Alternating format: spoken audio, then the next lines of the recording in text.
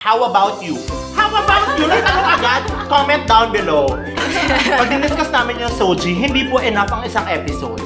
Hanggang bukas po tayo mag-shoot. Hoy! Sino sabi niyo maingay ako? Ako maingay! Wala kayong pruwebang maingay ako! Welcome to another episode of BlogaPlay.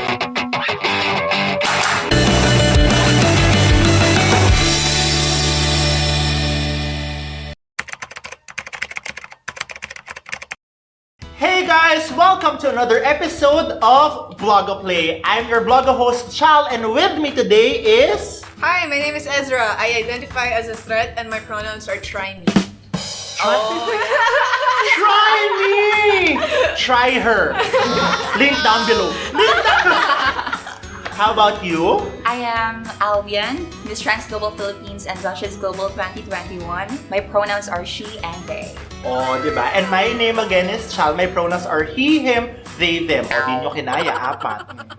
See? How about you? How about you? Like, ano agad? Comment down below. Hindi. Anyway, guys, again, welcome to another episode of BlogaPlay. And for today, we're gonna be having a fishbowl questions kinembot.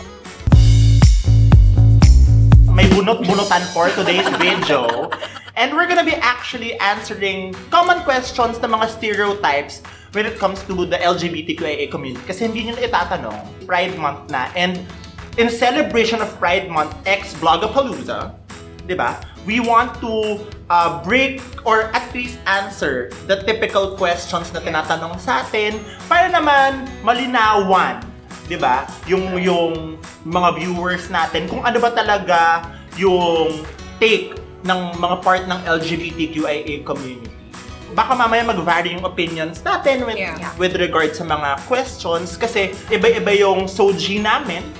So definitely, iba-iba din yung take namin on certain things. Yeah. Alright, so without further ado, so bumuna na tayo. First question, can a person cross-dress and still be straight? Okay, so ang tanong, ito po, can a person cross-dress and still be straight? So, Tagalogin lang natin, ang straight ba na tao, pwede ba siyang mag-cross-dress or magdamit differently sa gender identity niya and still consider him or herself straight? So, mamaya na ako sasagot, unahin muna natin si Ezra. Ako, yes. Kasi, you know, being straight is sexual orientation. And di ba, SOGIE, there's gender expression. So if the person is like comfortable with cross-dressing, it's fine. Wala namang mali sa pag-suot ng damit. I mean, like, they exist for a reason. And we have the freedom to wear them. As long as siguro, like, yung appropriate lang for like the event and stuff like that. Pero cross-dressing isn't a problem for a straight person. Wow! How about you? Actually, I think first we need to break down what is straight like, diba? Because straight is very constringent. Like, sa SOGIE natin, there's a lot of factors that can be constrained by the word straight. Like, you need to be, what is straight anyway? You need to be heterosexual and very restrictive to a certain expression that is expected to us by the cis-heteronormative society. And we need to be cisgender, ganon. So I think when we go beyond the non-straight community or the LGBTQIA+ community, there's a lot of people there, and some identities there do not fit onto the term cross-dressing. For example, if it is a trans woman who is wearing feminine clothes, it won't be considered cross-dressing. Exactly. But if it is indeed a cross-dressing, or he may, for example, he may be a cisgender man and then he expresses himself in a manner that is feminine or androgynous, then that's totally okay. Because yung ating sexual orientation and gender identity, they are not interdependent with our expression. Yes. Totoo yan. And that is something na we need to raise din sa ating society. Na hindi lang LGBTQIA+ yung naa-atake when we attack, for example, the SOGIE Equality Bill. Yeah. Exactly. It doesn't just cover the LGBTQ+ community, but also people who, let's say, fit into that narrative of being straight and expresses themselves in a manner that is not accepted yet by the society. Yes, exactly. I want to jump off from that point, Albian. Kasi yung tingin muna, just to make it clear, kasi yung pag diniscuss namin yung SOGIE, by the way, lahat kami SOGIE advocates. Pag diniscuss namin yung SOGIE, hindi po enough ang isang episode. Hanggang bukas po tayo mag-shoot. Ganon siya. But siguro to jump off from Albian's point, iba kasi talaga din yung sexual orientation, gender identity, and gender expression mo. So pag sinabi mong sexual orientation, it's who you love, just to para lang din generalize. Yeah. Pag gender identity, how you identify naman sa sarili mo. Gender expression, paano mo naman ina-express yung sarili mo. So, in my case, so I identify as homosexual or gay man with, pero male cisgender ako, so male pa rin yung gender identity ko. But my expression is somehow androgynous in the sense na hindi ako takot magsuot ng pambabaeng damit, hindi ako takot mag-heels, mag-pearls, na sa isang heteronormative society. When we say heteronormative, yung society na sinasabi nating nag-fit sa norms ng komunidad, ng mundo. Yeah. Ganyan. So pag ganon, to answer the question, yes, you can still be straight because for me naman, ang damit, damit lang yan. Hindi naman nila alam na ginawa sila para sa babae or sa lalaki. Pag yung pearl ba ginawa ng clams, alam niya, ay, isusuot ako ng babae. Hindi naman. Diba? Or yung heels ba pag ginawa siya ng shoemaker, ay, dapat babae lang. Parang hindi naman. Kasi nga may size 13 na paa. Diba? Bakit may size 13 na paa, tapos may size 13 na sapatos, pero hindi siya pwede isuot ng size 13 na paa na lalaki. So, again, diba? Totoo yun. That's true. Again, it depende pa rin sa term na straight, kaya nga ang ganda, thank you BlogaFam, kasi naka-quote yung straight. Yeah. Kasi totoo din yung sabi ni Albian na depende yung sa definition mo ng straight. And again, that's for another video. Okay, so ang haba na nun, let's proceed to the next question. So next up. Need ba ng top or bottom in a gay relationship? Oh, spicy! Spicy. So who wants to answer first? I wouldn't know. So, okay lang yon. Do you want to answer first, Sige. Albian? Ako, carry naman siguro. I think, it's yung sexual preferences natin, hindi siya natatali sa pagiging top or bottom. Like, for example, as siguro I'm comfortable naman with my sexuality and someone who is, versatile. Queen Sana Versa Queen! my Hindi nyo kaya. Hindi nyo kaya. I really think na there is a lot more to being a top and bottom, or like penetration when we go to the bed, or like when we get naked. Is correct. There's a lot of many other options that we can have to connect with people, and I think even that question siguro, if we will constrain the LGBTQ+ community in that question or in that thought na kung kailangan na meron dapat top and bottom, I think nako-constrain natin yung LGBTQ+ community sa pagiging sexual lang nila. Because actually, we are more than just our sexual preferences. We also long for romantic connection, and sometimes when we get to bed, when we get naked, sometimes it's really just that human connection that we are trying to find. Yeah. Totoo yun kasi, like pag sinabi kasi nating sexual preference, to correct lang within our community, pag tinatanong sino top, sino bottom, it's also as if you're saying na parang sino masculine or sino feminine. And hindi ganun yun. Hindi, it doesn't go hand in hand na kapag top ka, masculine ka, or kapag bottom ka, feminine ka. Again, it boils down to sexual preference. Kung saan ka nasasarapan, dun ka. Unang-una, di ba? Kung hindi mo naman bet yung magpa-penetrate, di wag. Hindi naman tatapos din. And meron kami tinatawag sa gay community na side. O, di ba? Ang dami. May top na, may bottom pa, may versa, may side. Di ba? So, pag sinabing side, more of non-penetrative sex ang ino-offer. Mas gusto nila yun. Kasi doon sila nasasarapan. Di ba? Kung gusto mo lang adobo, kung gusto mo kumain na adobo, di doon ka sa adobo. Hindi ka na papakatingin ng menudo. Bakit? Kasi ayoko nga ng menudo. Kung gusto mo ng talong, go ka sa talong. Kung gusto mo ng pechay, go. Di ba? May karang kapakanan. Also, hindi ko din mag-guess kung like, bakit tinatanong ng mga tao, sino yung top or bottom? Like, anong kinalaman mo sa sexual life ng ibang tao? It's just Exactly. like, I find it wrong. Tapos magtatanong pa sa akin, girl. Sabihin, sino top bot? Bakit? Sali ka? Sali ka? It'll never happen. Charis! Charis lang. Charis lang. So, okay. Siguro I'd like to add up on that, and since natanong mo rin na, Yeah. like, what is the essence? Why do we ask top or bottom? I think it also boils down to the heteronormative system and having this sort of consciousness na built within us na kailangan merong pedestal coming from heteronormative, na like yung man supposedly will be dominant or like on a pedestal higher than women. So, hinahanap nila yun sa, they try to replicate that into the LGBTQ plus community so that they can easily somehow comprehend it. But then, we are here not to adhere to that system, but to break beyond it. Yeah. And even heterosexual couples nowadays are also, Ay, Excuse sobrang me! weird nun. Like what I always say, the LGBTQIA community is too complex for you guys to understand. Alright, so for our next question, si Albiean naman ang bubunot ng katanungan. And the judges. Ayan. Sino magbabasa? Ikaw na. Sige. Stereotype.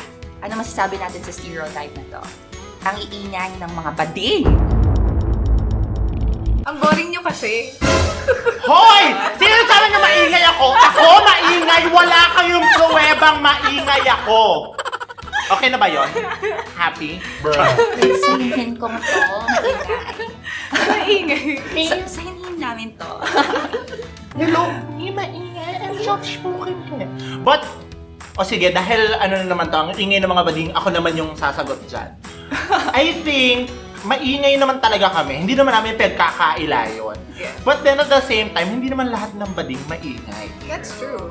Like, may mga kilala akong, yun, jowa ko, bading, pero tahimik yun. Mas tahimik pa yun sa library. Diba? Pag pumunta ka doon, mahihiya yung library. Diba? Yeah. Diba? So, hindi naman lahat. And, itigil nyo yan. Kasi mas maraming maingay na straight. That's true. Tsaka yung ingay nung iba dyan, wala pang galit! Wala pang chareng! Wala, eme lang naman. Oh, how about you? Ako, like, ito yung pansin ko, like, in a work environment, kapag bading ka, ibabash ka ng ibang tao. So, unless hindi ka bida-bida, hindi ka angat. Wala kang mararating in a work setting. Ganun eh. It's still like that. Like, very, very homophobic pa rin karamihan ng mga work settings. Like, ilang brands ang magpapalit ng profile picture na may pride flag, pero homophobic, na wala naman talagang pakisama. Let me name a few. Name drop. Hindi nyo kaya. Ako charot lang. Hindi po kami mga Sa akin siguro yung narrative na yun as someone who is very somehow soft-spoken. Yeah. Although I am vocal within the advocacy, in person, in a casual conversation, I'm tahimik, shy, ganon. Shy girl. Soft girl. Oo. Yung society, they always, sort of expect us to be funny, to be to be loud. I don't get why certain people hate it about us when it's also something that they always search amongst us. Like, they always expect us to be comedic, magpatawa, maging energetic, maging entertainers, and we are constrained to that narrative. And I think, sa aspect siguro na yun ng pagiging maingay, a lot of LGBTQ plus members also aspire to that sense of being comedic, maingay, because that is what the society expects us, and that is where we can have a space to flourish. Pero, why do we antagonize it sometimes? And I think, aside from antagonizing pa, it's also our way of being heard kasi. Diba? We want a voice, we want a say. And if we need to be funny, we need to be loud for us to be heard, then we'll take it. But hindi siya, don't generalize it. Kasi again, uulitin ko lang, hindi naman po lahat ng bakla maingay. Parang, hindi pala ako, sasabihin ko, parang hindi pala ako yun. But I think sa It's not me. sa political aspect ng pagiging maingay, yung katulad sa narrative sa ibang bansa na, why are you so loud with your identity? Why do you make it your whole personality? O parang dun umiikot yung mundo mo? Well, dapat lang.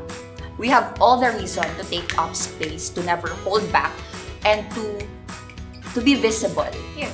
Lalo pa sa society na, dinidiscriminate, pinapatay kami. At sina-silence tayo. Sina-silence tayo sa pagiging visible lamang. Isang malaking political stand yung pagiging visible, pagiging narito ngayon at pagiging maingay sa laban natin para sa advokasya at para sa ating pamumuhay. Kasi kung hindi tayo, sino? Kung hindi ngayon, kailan? Kung hindi dito, saan? Sagutin niyo ako! Char! Yeah, tsaka, di ba, like what I said before, life is short, and the best thing you can do is just be yourself. Yun yung talaga ang the best. And siguro, bakit ka mananahimik? Ang ingay-ingay, pag lumabas ka dyan, ang ingay-ingay. And also, not just LGBTQ+ are maingay for their stances in life, for what they stand for in life. Pero kasi, yung pinagkaiba sa LGBTQ+ community, identity namin yung nasa frontlines. Yung very humanity namin.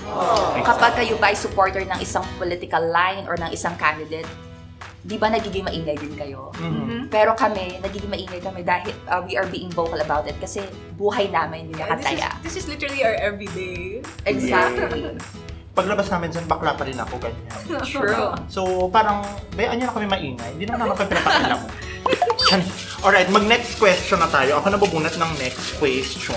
So, syempre, I like it big. So, kukunin ko yung malaking papel. Wow! So, eto. Stereotype. How do you know you're gay if you've never even dated someone of the same sex? Kung hindi ka nakapag-date na someone of the same sex, tingnan mo yung search history mo sa porn. Kung ano pinapanood mo, di yun. Pag nag-search ka ng porn, o kaya pag nanonood ka ng porn, tapos pinapanood mo yung lalaki, tapos lalaki ka din, di alam mo na, ma'ams. Char. Hindi ba? Ang hirap. I feel like sa attraction yun. Like, when I was younger, parang I would pretend na I'm a guy sa school, tapos titignan ko yung mga babae, sabi ko, kung lalaki ako, sino yung magiging crush ko dito? So like, it was like that. And then I recently learned, like from TikTok, na collective thing yun. Like, hindi lang ako mag-isa yung gumawa nun. So yeah, I think that's how I knew. It's just like, I find everybody attractive. Sorry, what's So your it's like- sexual orientation, if you don't mind? Pansexual. So it's like everybody. I literally find everybody attractive. At guys, ko-correct lang namin kasi pag sinasabi ng iba na pansexual, akala nila na ano sila sa mga panluto. Hindi iba yung pansexual na yun, me. Parang hindi me. Sinasabi ko talaga sa inyo, blaga. Hindi ganun yun. Pero hindi siya a sexual orientation. It's more of a kink. Anong masasabi mo sa stereotype na yun? That question actually reminds me of this hit series ngayon sa Netflix, yung Heartstopper. And sobrang heartbreaking noong scene na umiiyak yung isang leading guy. So, what's his name again? I forgot. Comment down below! Basta yung isang leading guy, as that person tries to find their sexuality. Oo. The guy with ginger hair. Yeah, yung football player. Oo. Kasi very totoo yung ganong, very real yung ganong experience sa atin. We always had to go through that, trying to know ourselves in a society na we are not taught to exist. Ang hirap alamin yung sarili mo kung wala namang proper na education na binibigyan ng visibility yung community mo. Very natatali tayo sa boy-girl na education. Kaya ang hirap alamin kung sino tayo and kanino tayo na-attract. But I think, it is a process to know your sexual orientation or to know your SOGIE. Pero, ayun, I don't think we also have those challenging questions to heterosexual people. Like, kapag pinanganak ka naman sa mundo, hindi ka naman tatanungin paano mo nalamang heterosexual ka. Exactly. Yun din yung pag tinatanong, when did you know that you're gay? Pag binalik ko ba sa'yo, when did you know that you're straight? Masasagot mo ba? Ako hindi din Sasabihin nila, ay, default setting kasi O, default setting ko na din yun, me. Para lang yung iPhone, pagkakuha mo, yan na yun, me. Yun na yun, hanap ko na talaga lalaki. Charing. Pero I think, siguro, just to answer that, if we have access to enough education about SOGIE, and we've come in terms to our sexuality, that is the time when we know we are gay or we are a certain sexual orientation. Totoo. And only us can say that. Again, ang gaganda nung points yung dalawa, pero siguro to also give something on a serious note, Kasi, ewan ko, feeling ko different generations tayo. Pero yung generation ko naman may internet na nun. Pero nung time kasi namin na yon, parang pag sinabi mo kasing bakla or when you're gay, yun nga, parlorista. And I don't, again, there's nothing wrong with that. Walang masama doon. And I just to be clear, I applaud yung mga sisters natin before, yung mga brothers and sisters natin before na parlorista. Kasi sila talaga yung frontrunners. Yeah. Sila yung nasa forefront nung laban na yon. But it just so happened na hindi ako yung nag-identify na ganon. I don't identify myself just like them. And I was looking for somebody na ma-identify ko yung sarili ko with. And what helped me was Will and Grace. Si Will and si Jack. Kasi sabi ko, I don't see myself nagpapa-long hair and whatnot. And doon na-realize ko na it's okay lang din pala to be attracted to the same sex without looking or wanting to look like a girl. Normal lang pala siya. And siguro, kailangan lang din natin tulungan yung society maintindihan. That's why we're asking, let us express ourselves. Kasi kapag hinayaan nyo kami, mas mabibigyan nyo kami ng daan para ipaintindi sa inyo what we're going through. Yun yung importante eh, di ba? Uso ngayon yung hashtag respect my opinion. Pero ito, hindi kasi to opinion. Kami talaga to. So respect our identity, respect our SOGIE, para then we can coexist. It's not just an opinion, it is our truth. Yes, exactly. So, and it's, again, it's our identity. Kami talaga to, wala na kayong mababago dito. Kami lang makakapagsabi nung SOGIE namin. And just like with you guys, whether you identify as heterosexual, kayo lang din makakapagsabi nung SOGIE ninyo. Nobody can ever tell you what your SOGIE is. Yeah. So, let us live our lives, we'll live your life, and then eventually, you know, kung attracted ka talaga sa same sex, sa lahat ng sex, or meron din tayong tinatawag yung asexual na wala siyang attraction to anybody, then so be it. Diba? You do you. Ultimately, you do you. Yeah. Right? Yeah. Surprise! Hindi ko alam yan. Promise, BlogaPlay. Hindi ko alam yan. Yun. Sabihin, Peter Piper, pick a peck of pickled pepper, heteronormative.